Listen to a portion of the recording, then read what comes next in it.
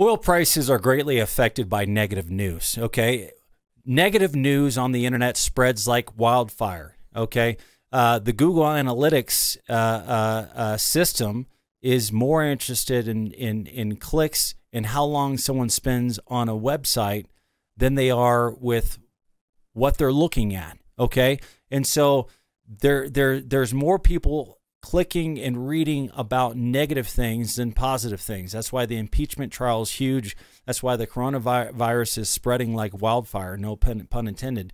And so bottom line, oil prices today are $52 a barrel. Now there's plenty of evidence saying that oil demand is increasing. Oil prices are in the long term, in the long game, is going to go up. Okay, but let's be the devil's advocate here. Let's say, hey, we're stuck at $50-something a barrel. Okay, well, let's look. When was the first time we hit $50-something a barrel? Okay, that was in 2004, right here. 49. Actually, in 05 was when we first hit $50 oil. Okay, right there. Man, I wish I could get it to stay there. So we hit $50-something a barrel for the first time in 05. Let's just sit there. That's about 52. February of 2005. That's exactly 15 years ago today. Oil hit 50 for the first time. And I'm telling you, we were so excited about $50 oil. I mean, as you can see here, oil price is $14 a barrel here. Here is $32 a barrel. And as we grow to 50, we were very excited, okay? And we thought we were billionaires. And during that time, I was raising capital for an operator by the name of Transcoastal. We drilled 15 wells and hit 14 of them. And we're making a lot of money. Well, why was oil at $50 oil more profitable in 2004 or 5 than it is today? Well, actually, that statement is not true. It's actually just as profitable as it was then now, okay? But the difference is that the news is saturated with shale. Shale didn't come into play in a major way until 2012. And the reason why shale came into play is because of all the easy, accessible, free money from banks and the fact that where else can you spend $10 billion in shale? Because it was a resource play. It was widespread all over Texas, all over North Dakota, okay? And so we saw the shale boom in North Dakota. It quickly rose and it quickly fell, okay? It's like a rock star becoming famous overnight, and he spent every weekend, every day of every week going to concerts, and then he uses drugs and he parties all night. He wakes up and does it over and again. That's the shell game. It's the rock star lifestyle. They come online at 1,000 barrels a day. Then they drop down to 50 barrels a day. Why? Because shell never was intended to be extractable. You can't extract oil out of a low porosity, tight sand like that. It was never intended to, and use new technology to stimulate it. But it eventually goes back to where it originally is supposed to be. And so it's like trying to make a river go the other direction. You could do it for a while, I guess, but it can't last forever. And so, and look here, I mean, OPEC is going to do whatever it takes to keep oil prices stabilized or to go up. I mean, think about it. If 90% of it's 10% of our GDP is oil, 90% of OPEC's GDP is oil. Okay, if don't you think Donald Trump would be doing something completely different in the oil markets if our GDP was 90% oil? See, we are waging economic warfare against the Middle East and against Russia by keeping oil prices low. 100% of terror is funded by oil. Okay, when Bush was in office, $150 a barrel of oil, you saw a lot of terror. 9/11 was funded by oil. Okay, and so if you keep oil prices down, you control most of the world. Bottom line. Okay, and so and here's the other thing. If you look up shale, there is a tremendous amount of negative news about shale, and for good reason. I mean, oil prices at $50-something a barrel, shale is not profitable. They're not making money.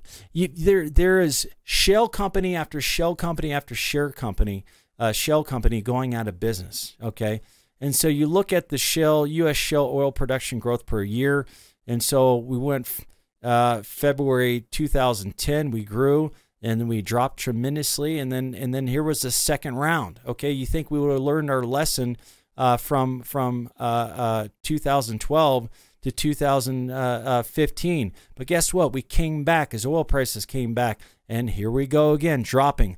Is it going to come back the third time? I don't think so. The banks learned their lesson, the investors learned their lesson, and I don't think shale's ever coming back. And what's going to happen? You're going to see oil prices go up tremendously. And so it's really simple, guys. Okay, let's say oil prices stay low. Okay, well we're drilling oil wells for the same price we did back in 2005 when oil prices hit $50-something a barrel for the first time. I'm okay if oil prices drop down to 30 because we're drilling these wells for $750,000. Okay, go get a calculator. Multiply 50 barrels a day times 365 days, and subtract $700,000 from that.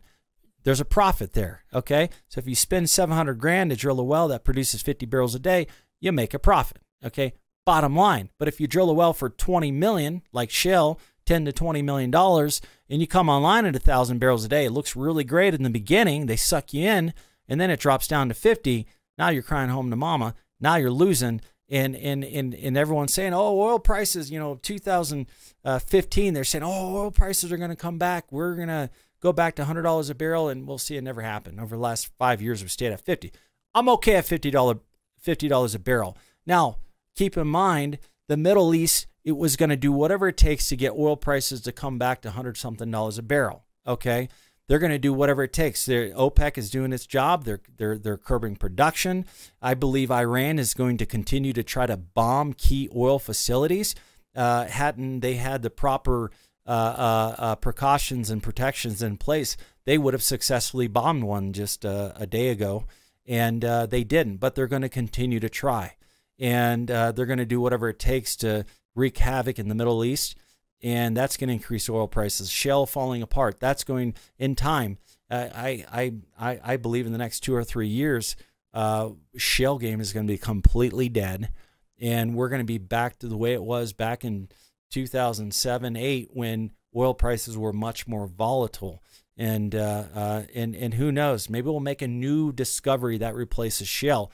Highly unlikely, but it could happen. And so the big oil companies are moving offshore to focus on offshore drilling because shale is not profitable anymore.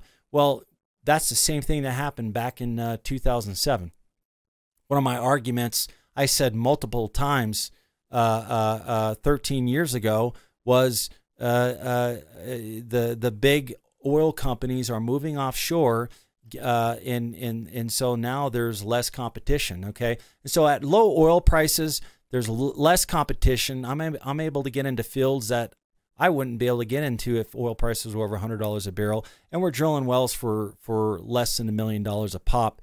And so you don't need a lot of oil, and you don't need high oil prices to be profitable.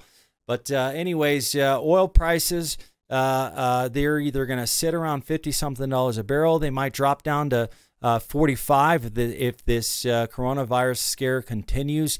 Stop clicking on the negative news. Stop reading it. And you know you can't stop. It's an addiction. America's addicted to negativity. And CNN, that's why they make their millions, because of negative news. Okay, but I can't wait for this impeachment trial to end. I'm tired of hearing about it. I'm tired of hearing about the coronavirus. I believe that 7,000 people are infected now, which is it's very similar to the SARS virus back in 2002, I believe. And so, anyways, do I think they're gonna get a handle on it? Yes, I believe it. Can it get worse? Yeah, it could. And so oil prices could drop down to $40-something a barrel. But like I said before, if you're drilling wells for $700,000, there's a tremendous profit at 40. And what's going to happen? That's going to increase the speed of shale falling apart. That's going to increase that's going to drop the oil output tremendously. In the process of everything falling apart in the oil industry is going to be at a much faster rate. And then what happens? You're going to have a crash. The less oil output you have, the higher oil prices go. And if something happens in the Middle East, if Iran drops a bomb in the right place, you're going to see oil prices go up. And it's continued. The Middle East tensions are increasing. The U.S. military is adding more military forces in Iraq, and they're preparing for something.